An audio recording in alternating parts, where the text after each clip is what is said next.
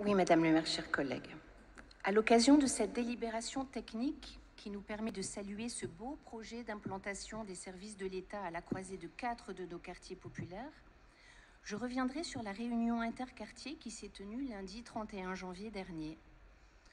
De nombreux adjoints se sont mobilisés pour cette réunion, malgré son caractère quasi confidentiel, puisque seul un simple courrier électronique avait été adressé aux conseillers de quartier. On ne peut d'ailleurs, compte tenu de ces circonstances, que saluer la motivation des conseillers de quartier invités. Moulins, Oisem, Faubourg de Béthune et Lille Sud, en même temps que déplorer la très insuffisante communication faite autour de ce projet qu'est le déplacement de la cité administrative. Cela ne surprendra pour autant personne, puisque le commissaire enquêteur lui-même a pu écrire dans son rapport d'enquête publique que, je cite, « La ville de Lille ne semble pas avoir communiqué, comme en atteste le certificat d'affichage, hormis les prescriptions réglementaires reprises ci-dessus et l'affichage constaté à la porte de la mairie de Lille.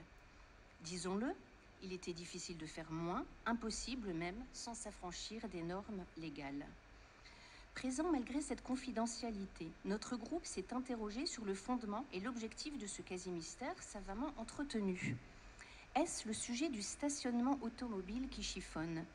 Quand on sait que pour 2000 emplois, il est prévu 200 places, soit une place pour 10 agents, les 280 places supplémentaires étant réservées à la flotte administrative.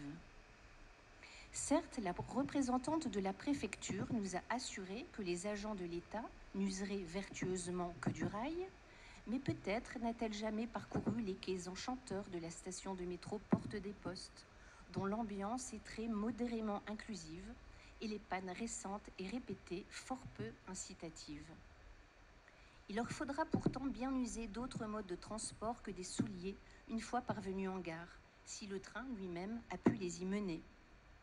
Certes, à terme, comme l'a répété M. l'adjoint Stanislas Dandievel, un tramway sillonnera nos rues et une nouvelle gare sera édifiée.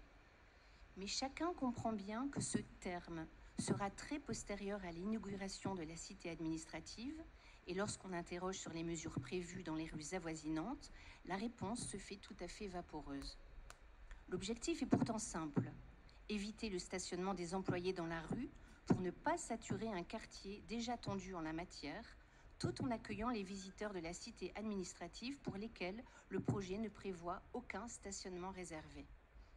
Faudra-t-il attendre l'inauguration de la cité et l'arrivée de ses agents et usagers pour constater une situation rapidement dégradée et engager une réflexion publique sur la réglementation du stationnement dans les voies publiques?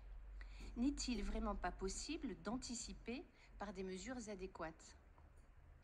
Nous ne contestons évidemment ni le projet, ni la délibération que nous voterons, mais nous regrettons, une fois encore, la méthode qui laisse naître puis croître les difficultés et le mécontentement général qu'elles génèrent plutôt que de les prévenir. Bien évidemment, lorsque des réflexions collectives seront entreprises, nous y contribuerons avec le même enthousiasme que le font nos conseillers de quartier à chaque réunion de leurs conseils respectifs. Je vous remercie.